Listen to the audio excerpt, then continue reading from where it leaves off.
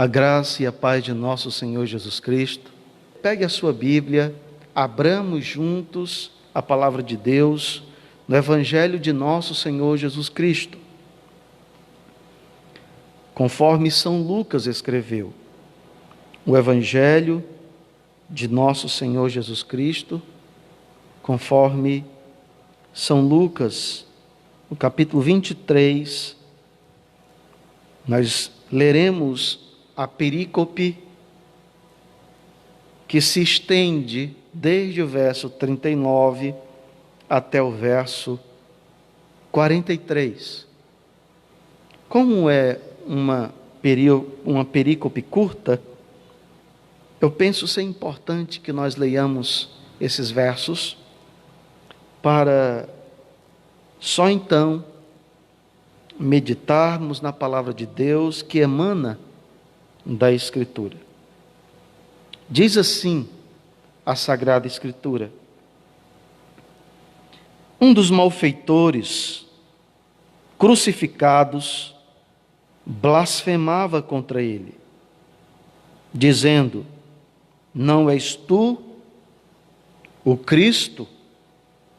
Salva-te a ti mesmo e a nós também. Respondendo-lhe, porém, o outro repreendeu-o, dizendo: nem ao menos temes a Deus, estando sob igual sentença?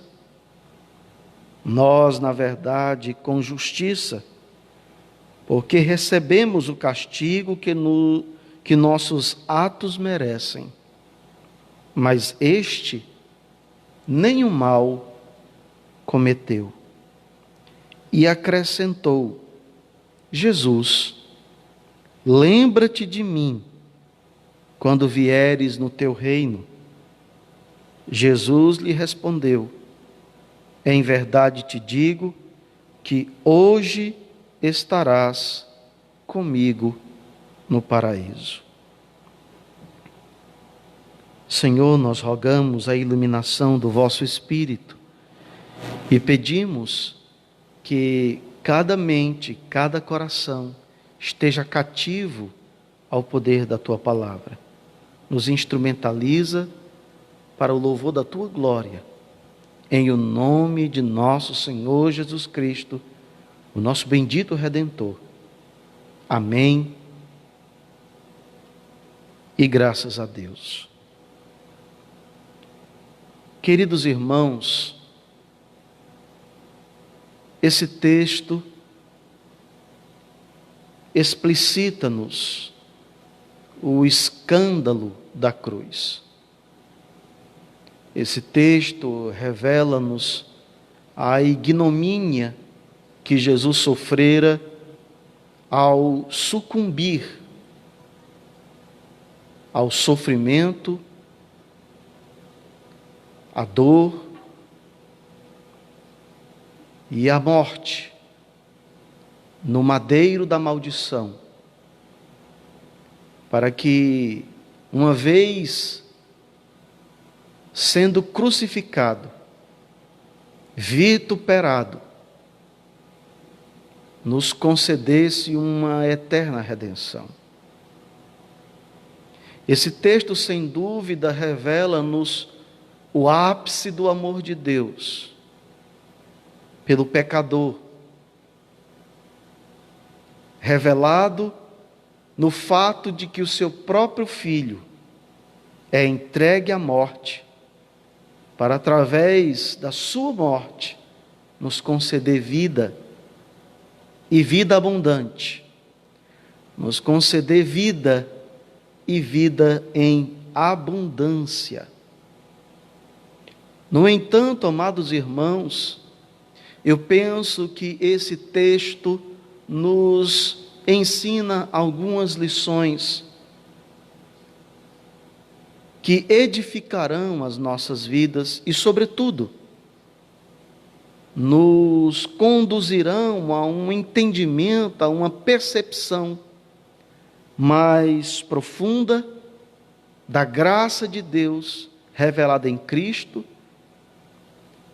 e do vitupério sofrido pelo nosso bendito Redentor, enquanto Deus encarnado entre nós. O pastor americano John MacArthur Jr., comentando esse texto, fala-nos numa perspectiva intrigante. Ele lembra-nos que para os ímpios, para aqueles que estão alienados de Deus e sendo instrumentos do vitupério e da maldição de nosso Senhor Jesus Cristo, a cruz é um espetáculo cômico. Para eles, o que se desenvolve naquele momento é uma comédia que deve ser publicizada, uma comédia pública. E todas as circunstâncias que permeiam a narrativa da crucificação nos remete a esta curiosidade suscitada pelo pastor John MacArthur. O texto bíblico que precede os versos 35 ao 43 que nós lemos, mostra-nos diferentes públicos rodeando a cruz, diferentes públicos observando a ignomínia de nosso bendito Redentor, diferentes públicos que acompanharam e que observaram, direta ou indiretamente participaram da crucificação de nosso bendito Redentor. Se não, vejamos, a palavra de Deus nos fala no verso de número 33, o primeiro público que observava ou participava da crucificação de nosso Senhor Jesus Cristo. E a palavra de Deus nos diz que estes eram os malfeitores, que foram crucificados junto a Cristo, um à sua direita e o outro à sua esquerda.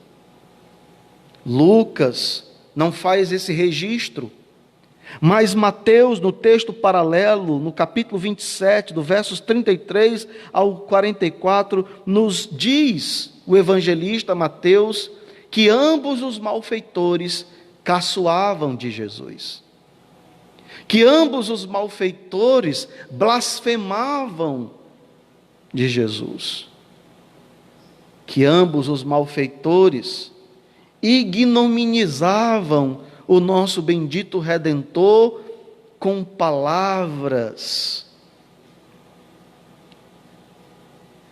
O outro público que o texto nos apresenta, que permeava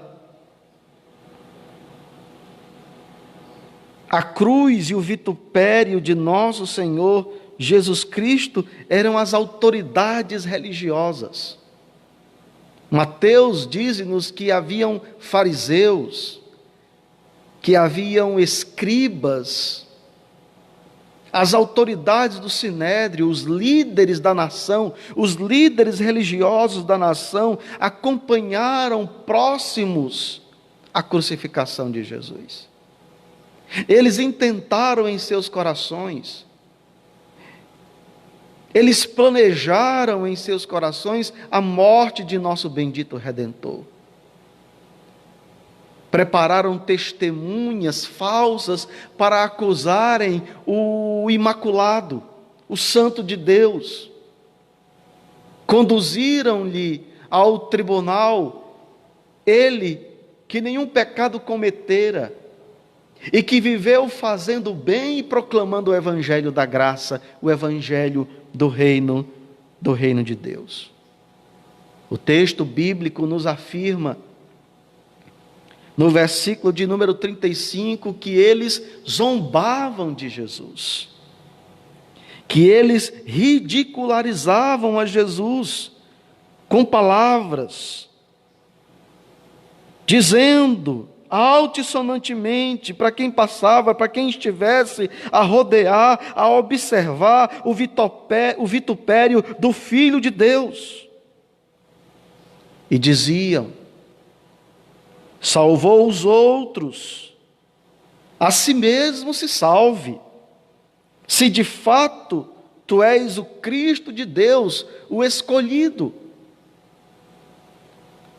Ora, não havia um público que mais ignorava o escândalo da cruz, senão os judeus, senão os líderes religiosos. Eles esperavam um Messias triunfante, eles esperavam um Messias conquistador. No entanto, o que ali se consuma era um Messias aparentemente derrotado, um Messias sofredor, um Messias que sucumbia à morte, um Messias que sucumbia à maldição e à condenação. Eles não compreendiam, visto que a compreensão do Messias e do reino de Deus para eles era totalmente alienada e equivocada, distorcida, díspare da verdade revelada nos profetas e na lei. Um outro público que o texto bíblico claramente nos revela que estão ali próximos e observam o vitupério de Jesus são os soldados romanos, os gentios. No verso 36, nos diz que eles escarneciam de Cristo. E a palavra de Deus nos revela nos textos precedentes que eles escarneceram de Jesus, colocando em sua cabeça uma coroa de espinho, visto que, caçoando de Cristo, diziam consigo mesmos e entre si: um rei não pode ficar sem a sua coroa. Bateram em sua cabeça com um cajado, com um bordão, açoitaram-lhe, despiram-lhe e colocaram sobre si um manto, ridicularizando a Cristo. Quando o nosso bendito Redentor, estava pendurado no madeiro, deram-lhe vinagre, ofereceram-lhe vinagre, ainda caçoando de Jesus, ridicularizando-o, dizendo: se tu és o rei dos judeus, salva-te a ti mesmo. E ainda, nesse espetáculo cômico, pejorativamente cômico, dos ímpios acerca do sofrimento de Jesus, da paixão de nosso Senhor Jesus Cristo, colocaram sobre o madeiro uma inscrição que dizia: este é o Rei dos Judeus. Queridos irmãos, certamente está diante de nós um texto que nos revela este escândalo, o escândalo promovido na cruz. Sim, pois o apóstolo São Paulo nos diz na primeira carta aos Coríntios, no capítulo 1, a partir do versículo 18, que a cruz é loucura para os que se perdem, é um escândalo para os judeus e loucura para os gentios. Mas aprove a Deus, na sua infinita misericórdia, salvar os que creem, resgatar os que creem, através da loucura da pregação. É este escândalo explicitado no sofrimento de nosso bendito Redentor que nos revela o incomensurável amor de Deus pelo pecador, o mais vil pecador. Isso está revelado também no texto, pois Jesus, pendurado no madeiro, vertendo o seu sangue inocente em favor do seu povo, em favor dos pecadores, ele brada ao Pai, orando e suplicando, intercedendo pelos pecadores. No versículo de número 34, diz o Senhor Jesus: Pai, perdoa-lhes, porque não sabem o que fazem. E diz-nos o texto bíblico que repartiram as suas vestes e com elas lançaram sortes. Aqui Lucas registra, amados irmãos, a primeira das 7 palavras, dos 7 brados de nosso Senhor Jesus Cristo no madeiro. Mas que lições a perícope do texto que lemos nesta noite nos ensina? Vejamos. A primeira lição, claramente percebida no texto, é a culpa humana.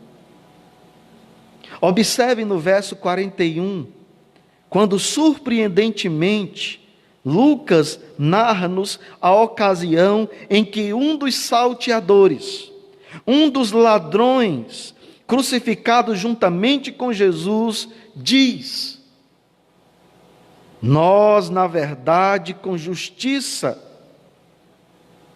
porque recebemos o castigo que os nossos atos merecem, mas este nenhum mal fez.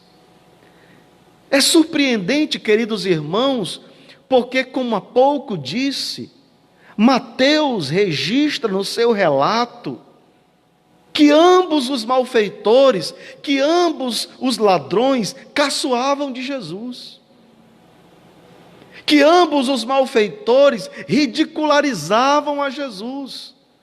O texto chega a afirmar que eles blasfemavam de nosso Senhor Jesus Cristo, provavelmente com palavras semelhantes às que estão registradas no verso 39 do capítulo 23 do Evangelho que São Lucas escreveu.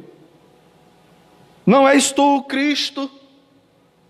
Não és tu o Messias? Salva-te a ti mesmo e a nós também. Lucas, ao escrever o seu evangelho, diz-nos no verso 39 que era um dos malfeitores. No entanto, Mateus, ao relatar esse mesmo texto, num paralelo, no verso 44 do capítulo 27, ele diz: e os mesmos impropérios lhe diziam também os ladrões que haviam sido crucificados com ele. Mateus relata que eram ambos que proferiam impropérios, que ridicularizavam Jesus, que caçoavam de nosso bendito Redentor, que blasfemavam do Santo de Deus, que blasfemavam do Santo de Israel, que blasfemavam do Cordeiro de Deus que tira o pecado do mundo.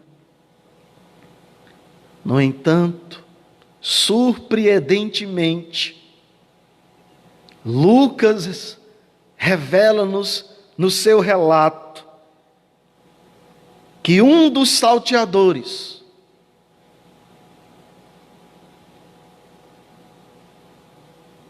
de repente, percebe claramente a sua condição pecaminosa, enxerga o seu pecado, percebe a sua culpa, discerne a sua miséria, a sua injustiça. Parece-nos, amados irmãos, aqui o texto implicitamente nos sugere a obra graciosa do Espírito Santo transformando o coração deste pecador.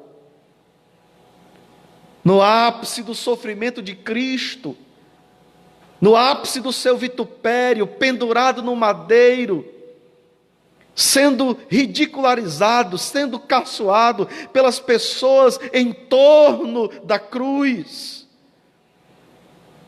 Ele então tem o coração transformado, tem a mente iluminada pelo Espírito Santo, que convence o homem do pecado, da justiça e do juízo. Este salteador percebeu o quanto é indigno diante de Deus e o quanto merece a justa ira de Deus sendo derramada sobre ele. No entanto, ele discerniu que, embora ele seja digno da ira de Deus sobre ele, do juízo de Deus sobre ele, ele compreendeu que Deus estava derramando esta ira que era para ele em seu próprio Filho Jesus Cristo. Este salteador, pelo toque do Espírito Santo, pela ação prodigiosa do Espírito Santo, teve as trevas da mente, as trevas que suscitavam a ignorância espiritual em sua mente e coração, fora esmiuçada pela luz da palavra de Deus, ou pela luz do Espírito Santo de Deus, da graça de Deus, que operosamente agiu, transformando o seu coração, arrancando um coração de pedra e concedendo-lhe um coração de carne e inscrevendo em seu coração a lei do Senhor. Sem sombra de dúvidas, amados irmãos, ele sentiu o peso da lei. Sem sombra de dúvidas, amados irmãos, ele discerniu a sua culpa. O texto é claro, no versículo 40, diz o texto bíblico: respondeu-lhe, porém, o outro, repreendendo-o, dizendo: nem ao menos temes a Deus, estando sob igual sentença? Amados irmãos, há alguns instantes atrás, não havia temor nenhum no coração deste salteador.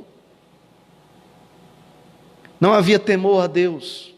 Não havia temor de Deus em seu coração.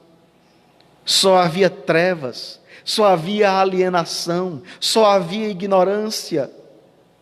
Mas agora, surpreendentemente, ele olha para si mesmo, percebe o seu pecado, percebe a sua miséria.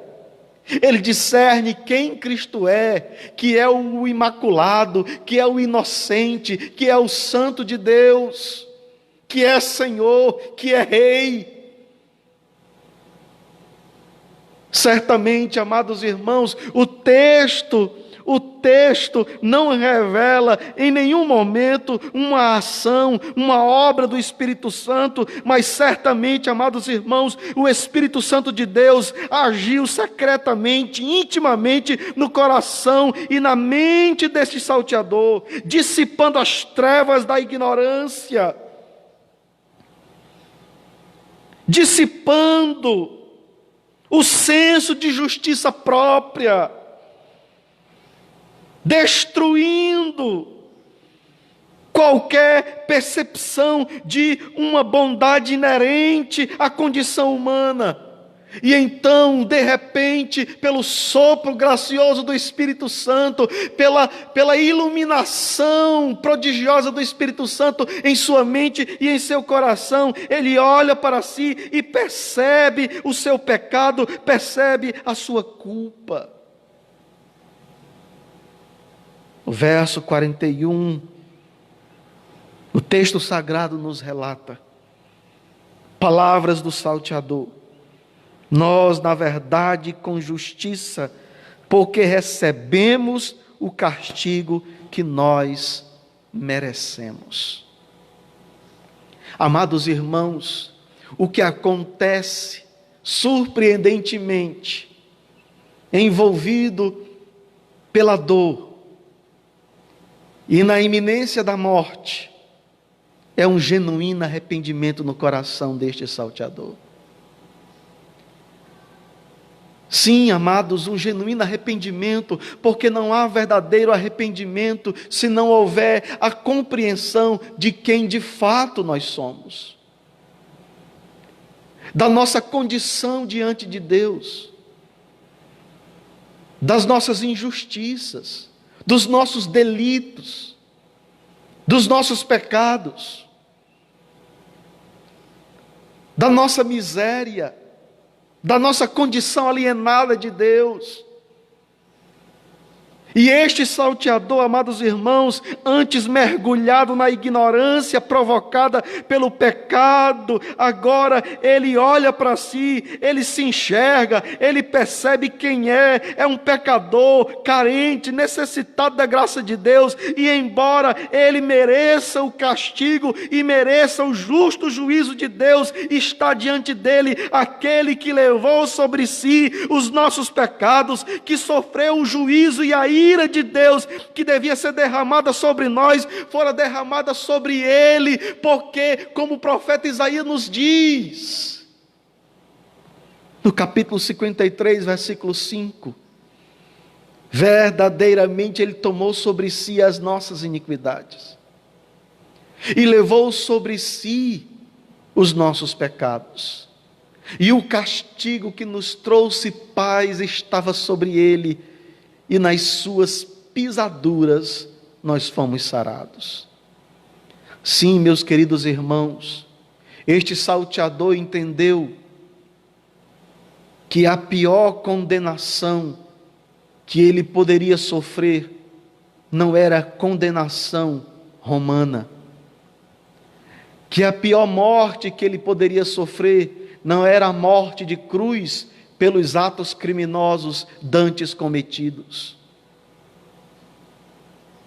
O pior castigo, ele discerniu, era o castigo eterno, diante de um Deus todo santo, diante de um Deus justo.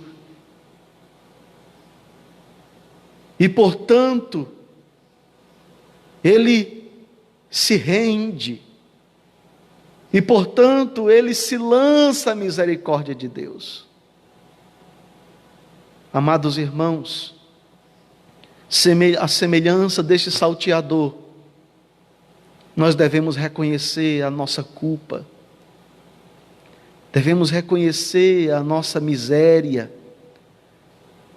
devemos reconhecer, amados irmãos, o quanto somos pecadores e necessitados da graça de Deus.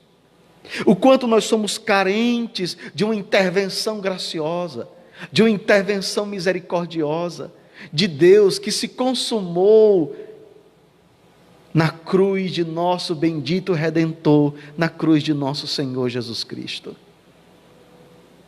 Sim, amados irmãos, a culpa que é uma consequência do pecado, a culpa que é uma consequência da transgressão, nós encontramos esta verdade a nós revelada num texto veterotestamentário em Gênesis capítulo 3.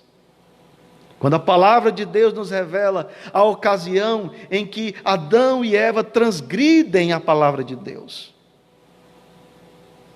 E ao transgredirem a palavra de Deus, comendo do fruto da árvore do conhecimento do bem e do mal, eles se percebem despidos.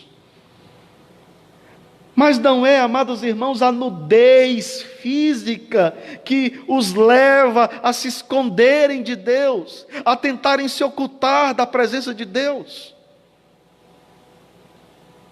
O que está claramente despido, o que eles percebem está patentemente nu diante de Deus é a culpa que agora eles carregam consigo por terem transgredido a palavra de Deus, por terem sobrepujado os imperativos divinos. Eles tentam se ocultar de Deus. O peso da culpa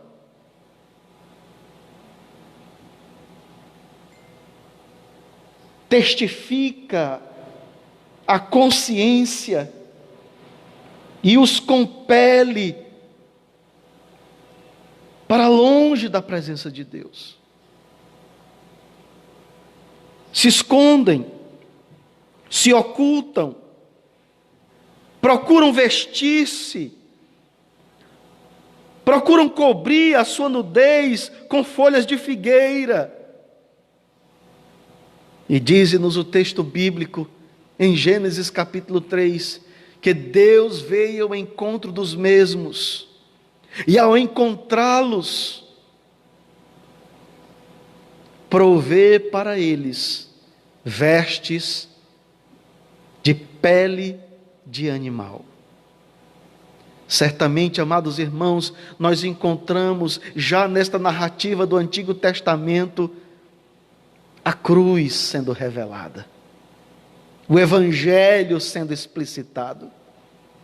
Sim, queridos irmãos, nossos pais pecaram no paraíso, pecaram e a culpa os consumiu, a culpa os envolveu, eles perceberam a sua nudez e tentaram cobri-la com folhas de figueira, com as folhas das obras, dos seus esforços, como muitos de nós também fizemos no passado. Tentávamos cobrir a nossa vergonha espiritual, a nossa nudez espiritual, com folhas de figueira, promovidas pelos nossos esforços, pelas nossas melhores virtudes, pelas nossas expressões religiosas. Mas nenhuma dessas atividades, nenhuma dessas folhas de figueira poderiam nos cobrir, poderiam prover vestes de justiça. Mas Deus proveu em seu Filho Jesus Cristo. Deus proveu, amados irmãos, cobrindo as nossas vergonhas morais, cobrindo a nossa culpa que estava despida diante de Deus. Foi agora em Cristo Jesus, nós fomos cobertos, nós fomos revestidos com a justiça, não das nossas obras, não dos nossos méritos, não das nossas expressões religiosas, nem das nossas afeições religiosas, mas a justiça do Evangelho, a justiça de nosso Senhor Jesus Cristo, que nós nos apropriamos dela pela fé naquele que morreu por nós e nos redimiu eternamente com sua morte na cruz do Calvário. Ah, meus queridos irmãos, o texto bíblico aqui nos revela o discernimento de um salteador que agora, compelido pela graça do Espírito Santo, sabe quem é e sabe quem Cristo é. Sabe e discerne o seu pecado e a sua culpa, e sabe que quem está ao seu lado, no centro, é Cristo, é o Messias, o Filho de Deus. Mas há uma segunda lição que esse texto nos ensina. Se por um lado nós encontramos nesse texto revelado a nós a culpa humana, aqui também se nos revela a inculpabilidade de Cristo Jesus. Amados irmãos, o Deus Filho, que é Deus de Deus e Deus com Deus desde toda a eternidade, se fez homem à nossa semelhança imaculado, sem a mancha do pecado, inculpável, para levar sobre si o nosso vitupério. A morte que ele sofreu no madeiro era a nossa morte. A condenação que ele sofreu injustamente era a minha e a sua condenação. O sofrimento atroz no qual ele foi imergido era o meu e o seu sofrimento. A lança que o traspassou era a lança que devia nos traspassar eternamente. As suas feridas e chagas deveriam ser as nossas chagas.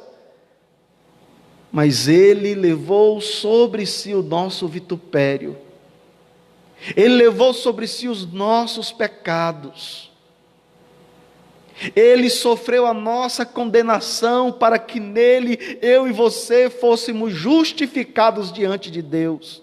Ele levou sobre si a nossa maldição para que eu e você desfrutássemos e usufruíssemos da bênção graciosa e generosa do Deus Todo-Poderoso. Ele sofreu a nossa morte para que nós fôssemos vivificados, arrancados da sepultura do pecado e fôssemos feitos, transformados em novas criaturas para a glória de nosso Deus.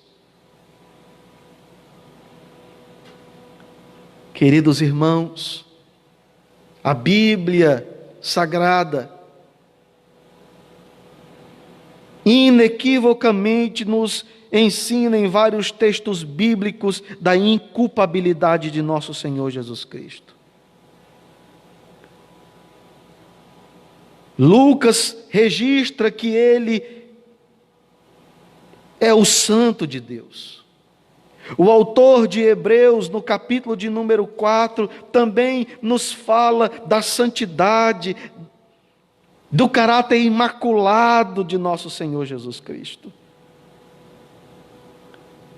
No versículo de número 14, do capítulo 4, e no verso 15, a palavra de Deus assim nos revela: tendo, pois, a Jesus, o Filho de Deus, como grande sumo sacerdote que penetrou os céus, conservemos firmes a nossa confissão, porque não temos um sumo sacerdote que não possa compadecer-se das nossas fraquezas. Antes foi ele tentado em todas as coisas, a nossa semelhança, mas sem pecado. Louvado seja o nome do Senhor Jesus. Jesus estava ali pendurado no madeiro, sofrendo a maldição no madeiro, porque para aquela cultura em que Jesus estava inserido, ser crucificado implicava em ser amaldiçoado. Maldito todo aquele que for pendurado no madeiro. E estava o nosso bendito Redentor, crucificado, pendurado.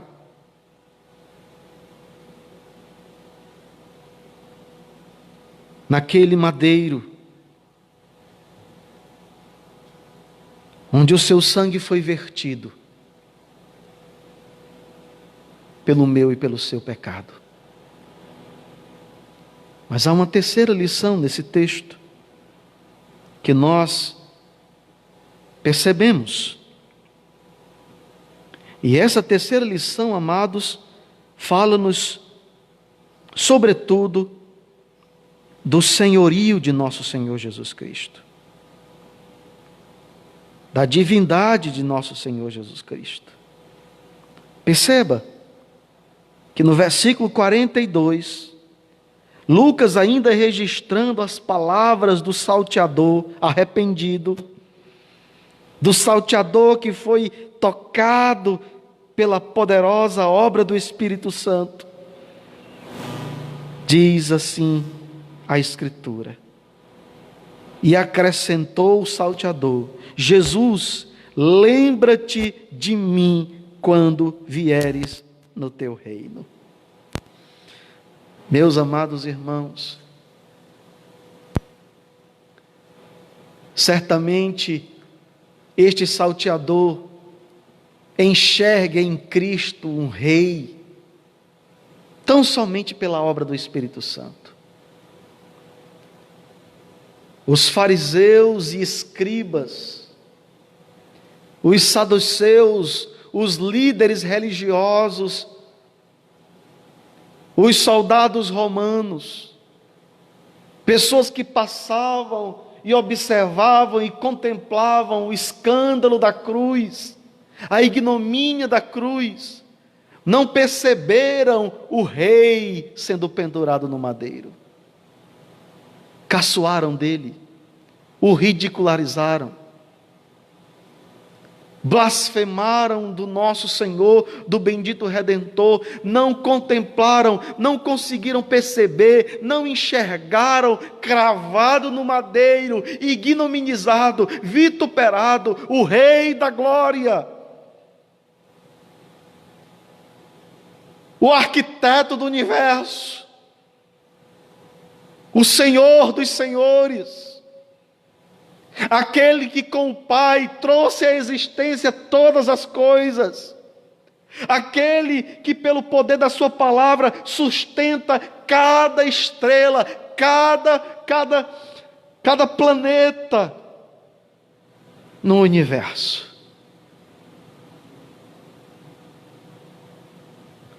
Mas aquele salteador reconheceu em Jesus, reconheceu a Jesus, dizendo-lhe: lembra-te de mim quando vieres no teu reino. Ah, meus amados irmãos, queridos irmãos, queridas irmãs, é somente pela graça do Espírito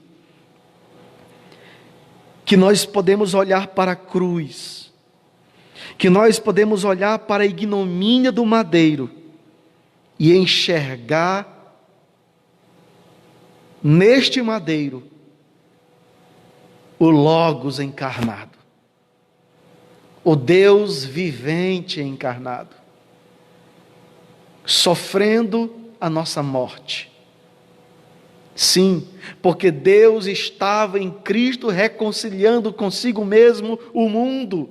Diz-nos o apóstolo São Paulo, quando escreve a segunda carta aos Coríntios, no capítulo 5, a partir do versículo 18. Deus estava em Cristo. Cristo não é apenas homem, Ele é plenamente homem, mas Ele é plenamente Deus. É Deus homem que está ali pendurado no madeiro. E é exatamente, irmãos, este fato que constitui o escândalo da cruz. Porque não é um simples homem, nem sequer um anjo, não é uma potestade espiritual, não é um arcanjo, nem qualquer um dos anjos, das miríades de anjos que estão diante do Senhor, clamando: santo, santo, santo é o Senhor dos exércitos. Quem está vertendo o seu sangue na cruz, quem foi pregado no madeiro, quem foi amaldiçoado no madeiro, quem foi condenado no madeiro, quem sofreu a ira infinita de Deus em favor dos pecadores, é o próprio Filho de Deus, é o unigênito de Deus, é o Logos, é o Deus de Deus, é o luz de luz, é o Verbo, é o Cordeiro de Deus que tira o pecado do mundo. É aquele de quem o próprio Deus falou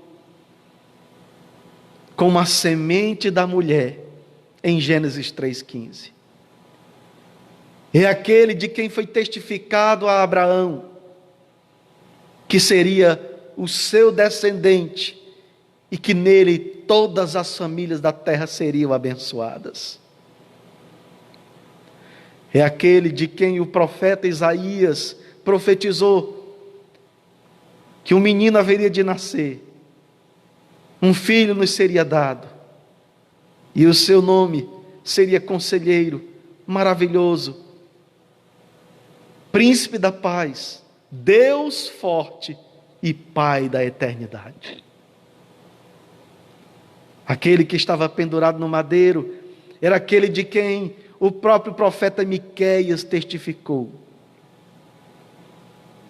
O capítulo 5 e o versículo 2 dizendo: E tu, Belém Efrata, posto que tu és a menor das cidades de Judá, de ti me sairá o rei, aquele que haverá de redimir o seu povo Israel. Ah, meus irmãos, aquele que estava pendurado no madeiro era aquele de quem o profeta Isaías dele falou no capítulo 42, dizendo: Eis aqui o meu servo, a quem eu escolhi. A quem eu escolhi. Ele não quebrará a cana trilhada, nem apagará o pavio que fumega. Não fará a sua voz ouvir na praça, mas haverá de atrair para si os gentios, as nações. Nele serão redimidas, nele serão resgatadas, nele serão justificadas. Quem está pendurado no madeiro, queridos irmãos, é o Criador. Quem está pendurado no madeiro é o Redentor. Quem está pendurado no madeiro é o próprio Deus feito gente. Quem está pendurado no madeiro é o Cordeiro de Deus que tira o pecado do mundo. Quem está pendurado no madeiro é o Filho de Deus. Quem está pendurado no madeiro é aquele que por meio da palavra trouxe todas as coisas à existência. Quem está no madeiro, amados irmãos, é o Senhor dos senhores. Quem fora pendurado no madeiro é o Rei dos reis, e que haverá de vir uma vez mais para de fato resgatar plenamente a sua igreja e julgar os ímpios para toda a eternidade. É Ele que sucumbe para não ser retido pela morte. Sucumbe, mas ele não pode ser dominado pela morte. A morte não consegue retê-lo. Porque até da morte, Ele é o Senhor. Oh, aleluia! Louvado seja o nome do Senhor, nosso Deus. A quarta lição, que claramente nós percebemos desse texto, amados irmãos, e está a nós revelado no verso 43. Então Jesus lhe respondeu: Em verdade te digo, que hoje estarás comigo no paraíso. Esse texto em si, irmãos, ele anula qualquer ideia de um sono da alma. Esse texto, amados irmãos, mostra-nos da bem-aventurança que nós desfrutamos em Cristo e com Cristo imediatamente após a morte. O Senhor Jesus dirige-se para ele dizendo: hoje mesmo. Jesus não diz: olha, espera até a minha volta. Espera aí até eu voltar, até a segunda vinda. Não, Jesus não diz isto. Jesus disse: hoje mesmo estarás comigo no paraíso. Isso significa dizer, amados irmãos, que quando Jesus vier na sua segunda vinda, aqueles que morreram em Cristo virão com Ele para serem ressuscitados. E Paulo nos diz isso na primeira carta aos Tessalonicenses, no capítulo 4, a partir do versículo 13. Portanto, amados irmãos, o que nós entendemos por esse texto nos faz lembrar de um jargão no meio evangélico, que é verdadeiro. Quem está em Cristo não morre, porque ao morrer, nós nos encontramos, ou nos encontraremos no seio, nos braços, na presença de nosso Senhor Jesus Cristo. E não há maior glória para o cristão do que estar com Cristo. Esta é a grande coroa do cristão. Este é o grande galardão do cristão. É Cristo. É por isso que Martim Lutero dizia: se no céu não houver Jesus, eu não quero ir para o céu. Porque Jesus é a nossa maior dádiva. Porque Jesus é o nosso galardão. Porque Jesus é a nossa bênção. Porque Jesus é a nossa riqueza. O crente que discerne esta verdade, irmãos, ele sabe que quer na vida ou quer na morte, eu estou com Cristo. E portanto a morte já não é mais um drama, a morte já não impõe mais medo, a morte não impõe mais temor, porque independente da morte, eu estou em Cristo e com Cristo. E portanto quem está em Cristo vive, porque Ele é a própria vida, e quem nele está, transcende a realidade da morte, para nele viver eternamente. Que Deus em Cristo muito te abençoe.